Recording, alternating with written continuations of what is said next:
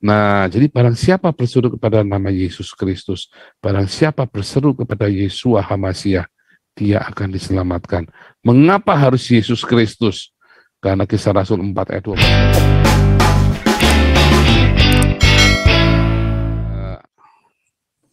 Natal budaya Barat. Anda harus terima bahwa ini yang malam ini kita lakukan. Kalau Anda merayakan Natal malam ini, itu adalah sebuah Natal budaya Barat. Ya, dosa dong Pak? Enggak apa-apa. Makanya kita hari ini mau belajar ya tentang makna Natal itu. Bagaimana Tuhan menggunakan semua budaya di seluruh dunia dan semua bahasa di seluruh dunia.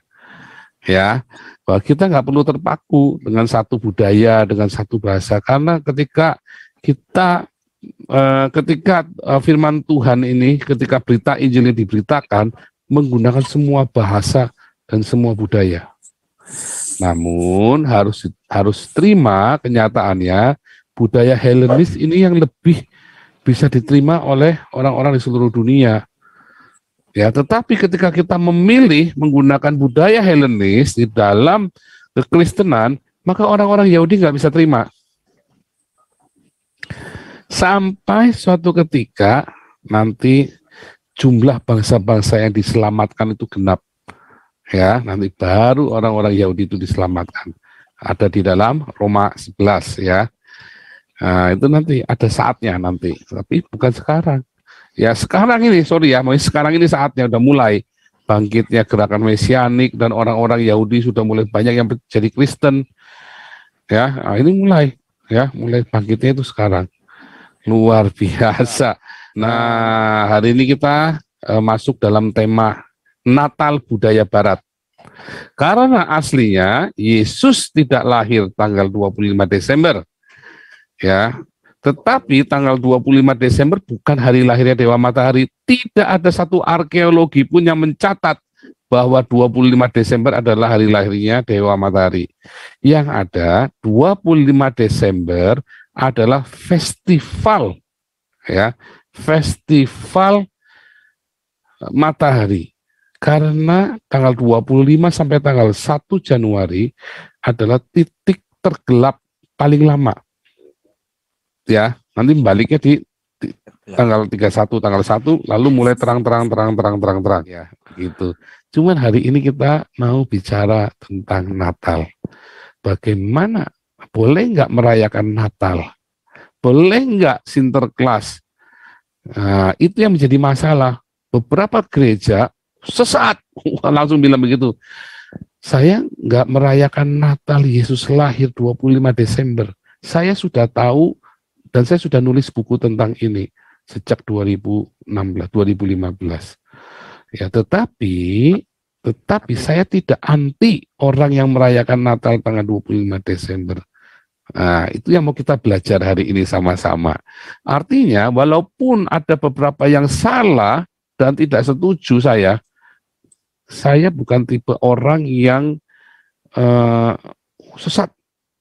Nggak boleh, nanti masuk neraka. Nggak bisa gitu ya. Sebab baik yang merayakan tanggal 25 Desember maupun yang tidak, baik yang berkata Bapa Yehova atau Bapa Yahweh atau yang mengatakan Allah Bapa, semua masuk surga kalau dia percaya kepada Yesus Kristus dan melakukan kehendak Bapa. Amanah agung ada dua, diakonia dan marturia. Mau dia ngomong Bapa Yahweh, Bapa Yehova, mau Bapa Yahova, mau Bapa Yahoo, sampai jebrot kalau dia tidak berdiakonia dan bermarturia. Firman Tuhan berkata, orang yang tidak berdiakonia masuk neraka. Mau dia mau sebut Bapa Yahweh bolak-balik sampai jebrot, sampai mencret-mencret, dia tidak berdiakonia masuk neraka. Ayatnya sudah jelas ditulis dalam Matius 25. Ya. Ketika aku lapar, kamu tidak beri aku makan. Ketika aku haus, kamu tidak beri aku minum. Ketika aku sakit, kamu tidak beri aku tumpangan. Ketika aku di penjara, kamu tidak tengok aku. Ketika aku orang asing, kamu tidak beri aku tumpangan. Ketika aku telanjang, tidak beri pakaian. Maka orang-orang ini akan diseret dan dibuang ke siksaan yang kekal. Ayatnya ada. Sayang Pak pendeta-pendeta enggak khotbah ini. Ribut dengan tadi ya Bapak Yahweh, dengan ribut dengan Allah, ribut dengan Trinitas, ribut dengan Natal 25 Desember dan ribut dengan yang aneh-aneh gitu loh. Sedangkan mereka tidak melakukan yang jelas-jelas tertulis. Kalau kamu tidak melakukannya, kamu masuk neraka. Tidak ada ayat kalau Anda tidak menyebut kata Yahweh, Anda masuk neraka. Sebab yang benar adalah Yehova. Bahkan Alkitab Jerman semua yang di LP71 menyebutnya Yehova. Ya kan, LP71 itu Alkitab tua ya. Itu menyebutnya Yehova karena memang tulisannya Jehovah. Dia LP itu ya. Nah, jadi banyak gereja ribut dengan dogma, tetapi dia lupa melakukan apa yang menjadi kehendak Bapa di surga, yaitu diakonia dan marturia. Padahal itu sanksinya berat, diakonia dan marturia. Kalau dia dalam marturia, kalau aku berkata kepadamu, aku suruh kamu beritahu dosanya orang itu, kamu tidak sampaikan, artinya dia tidak memberitakan kabar keselamatan itu kepada orang lain, maka dosanya dia kamu yang nanggung. Yeskel 3 ya. Yang kedua diakonia dalam Matius 25, kalau kamu tidak kasih makan, kasih minum, kasih pakaian dan sebagainya, maka kamu masuk neraka. Dua hal ini yang justru ada sanksinya, tapi gereja lupa, nggak melakukannya, malah sibuk dengan dogma. Ya, itu yang sangat disayangkan sekali dari gereja, termasuk Natalan ini. Makanya saya tahun kemarin saya nggak terlalu ini ya tahun kemarin sudah mulai. Kenapa kita bikin Natal deh? Selamanya saya nggak pernah ya bikin Natal. Bahkan di rumah saja dulu nggak ada pohon Natal. Baru kali ini nih setelah tahun ini nih ya kita bikin karena ini budaya Eropa. Ya, nah kita belajar. Tetapi dengan satu pemahaman, nah kita mau belajar hari ini bahwa Natal kelahiran Yesus bukan 25 Desember.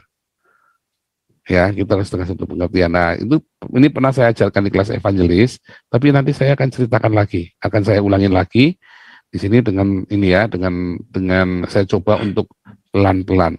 Tetapi nama itu memang menyembuhkan. Barang siapa percaya, ya, barang siapa menyebut nama itu, ya kan, barang siapa berseru kepada nama itu, siapa? Nama Yesus Kristus atau Yeshua HaMashiach, boleh nggak? Ya boleh saja. Ya kan, karena memang Yesus kan orang Ibrani kan, namanya Yeshua HaMashiach. Tapi begitu masuk di dalam bahasa Yunani, maka jadi Yesus Kristus. Boleh nggak? Boleh. Ya, karena Kristus itu artinya yang diurapi, sama. Nah, jadi barang siapa berseru kepada nama Yesus Kristus, barang siapa berseru kepada Yeshua HaMashiach, dia akan diselamatkan. Mengapa harus Yesus Kristus? Karena Kisah Rasul 4 ayat 12 berkata, tidak ada nama lain di kolong langit ini yang olehnya kita diselamatkan. Ya kan? Hanya nama Yesus. Karena tidak ada nama lain. Ya, luar biasa kan? Pokoknya kalau saya ngomong dari teks ke teks, ayatnya mesti ada semua. Teks langsung masuk teks, tanpa harus cocokmologi, langsung, tanpa harus kotak-katik katuk. Karena Alkitab itu memang segamblang itu. Ya kan? Itu begitu luar biasa.